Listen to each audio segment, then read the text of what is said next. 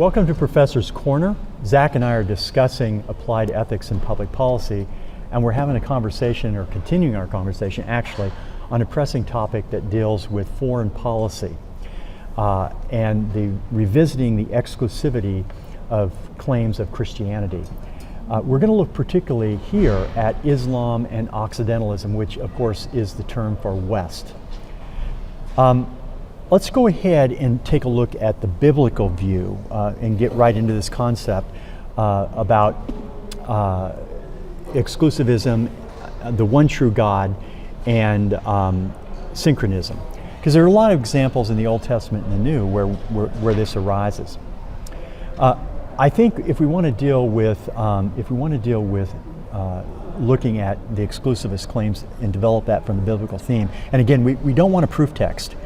We want to find principles in Scripture that help us understand and illuminate our philosophical understanding. So Genesis 9 is a good place to begin. This is the Noetic covenant. This is the rainbow. This is where, after the flood, God says that He's going to delay His cosmic judgment to all peoples for all generations, and creation is symbolized in that notion of the rainbow. God isn't saying there'll be no cosmic judgment. He's delaying it. Mm-hmm. And the truth claims of the Old Testament religion that will become part of Christianity as Revelation progresses and develops would become clear. But it's an exclusive claim. God will make that judgment. Acts 17 is actually a more interesting type here in terms of contemporary situation. You'll know there was a Wheaton professor of political philosophy that held that the Islam religion, God, and the Christian God were identical gods. Mm-hmm. Yeah, exactly. And that led to, or they're in the process of her dismissal. That may have already occurred. But the point of it is it's a good test case. One of the passages that sometimes gets cited in this context is Acts 17, 22 to 23. That's where Paul goes to Mars Hill in Athens and says, he looks out across the audience of philosophers and commoners and says, hey, I happen to notice that you have an altar to the unknown God. Mm-hmm.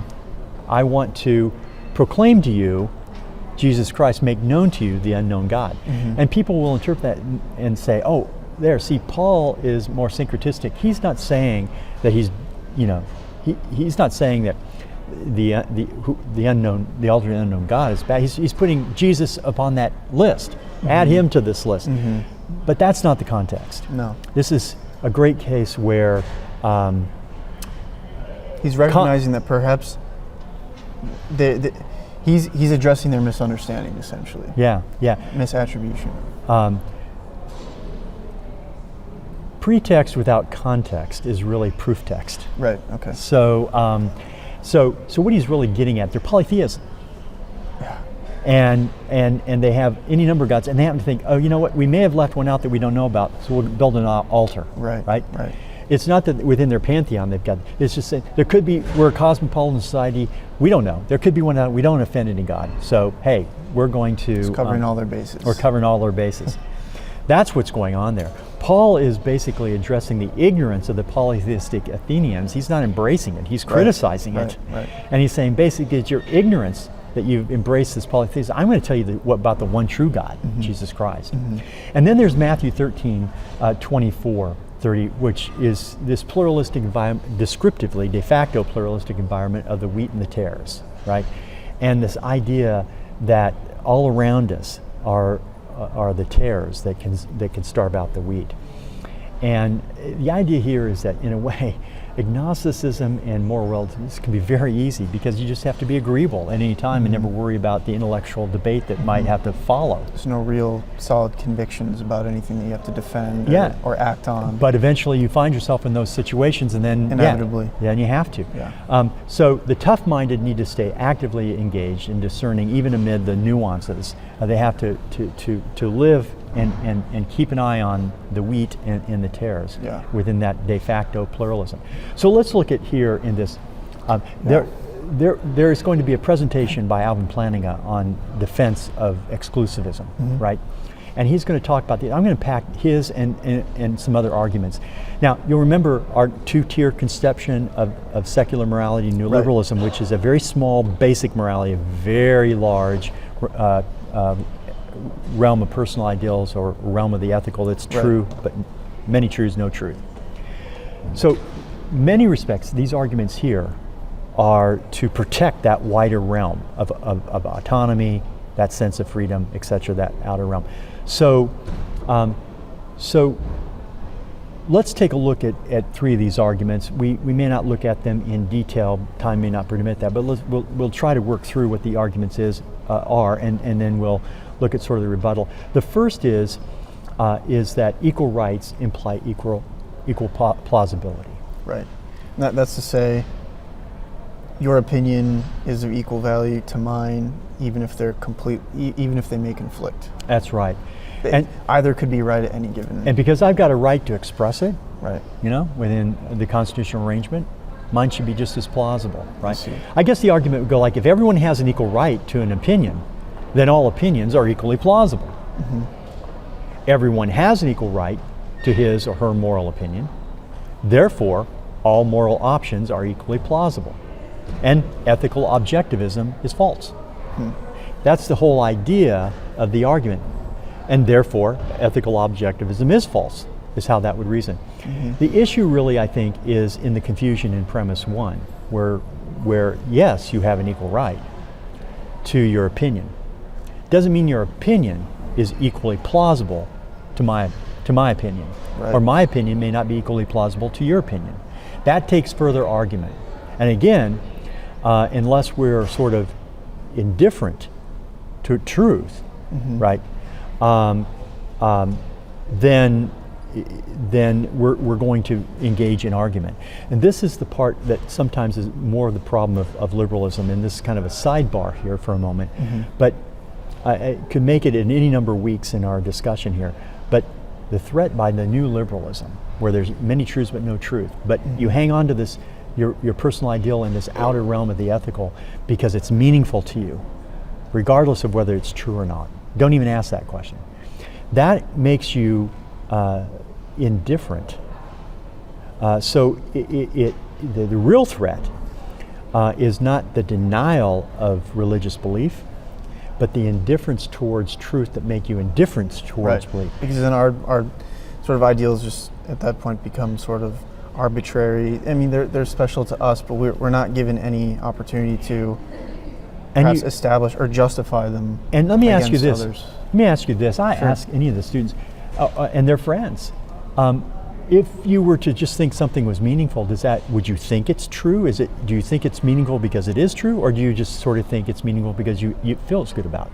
Yeah, I mean, ideas need to be tested, I think, for truth. I mean, just when it's serious about not just, am I gonna, have meatloaf today versus a popsicle or cottage cheese, right? When it's a serious decision, mm-hmm. right? It may not just be about a way of life, I'm going to Christian or non-Christian. That, of course, would be the ultimate sort of wrestling. Right. But if you were to be in that situation and you were to try to make that choice, you would want to believe that what you were committing to was going to be true before you would think it was meaningful. Right. So it's a bit naive to think that truth doesn't play in. Sure, you may not have to have, in all the debates that go on in these personal ideals, you may not have to be totally, may not have to have to adjudicate all of them. They may be vocational ideals.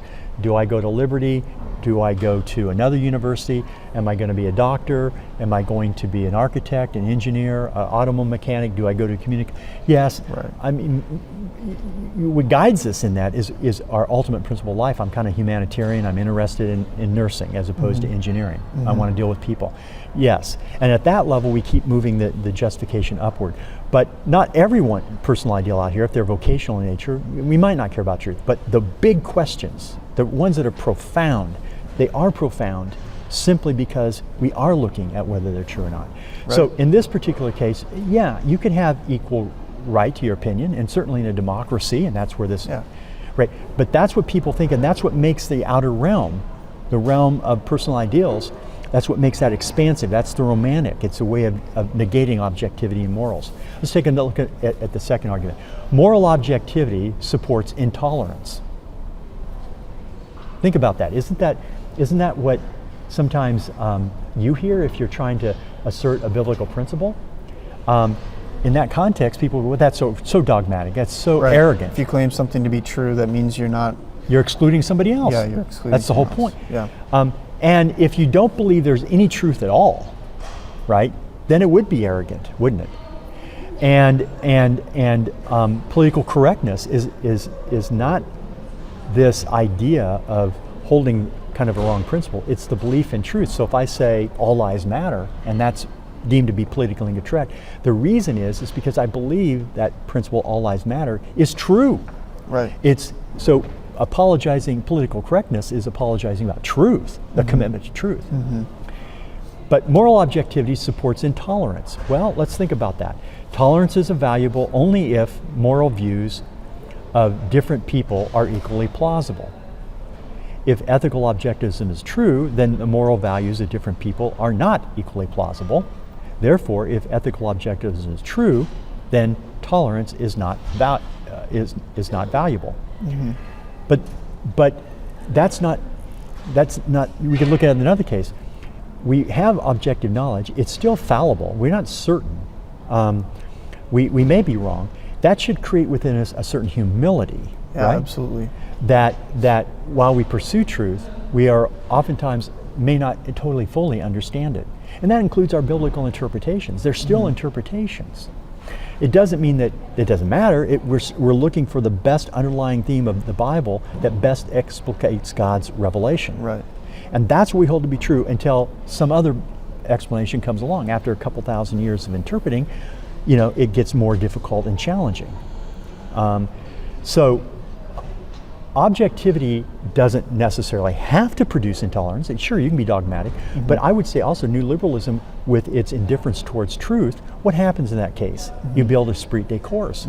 People say, that person over there doesn't like what I like, but I like what I like, you like what I like, Sally Jane likes what I like, let's all get together and so we can protect what we like.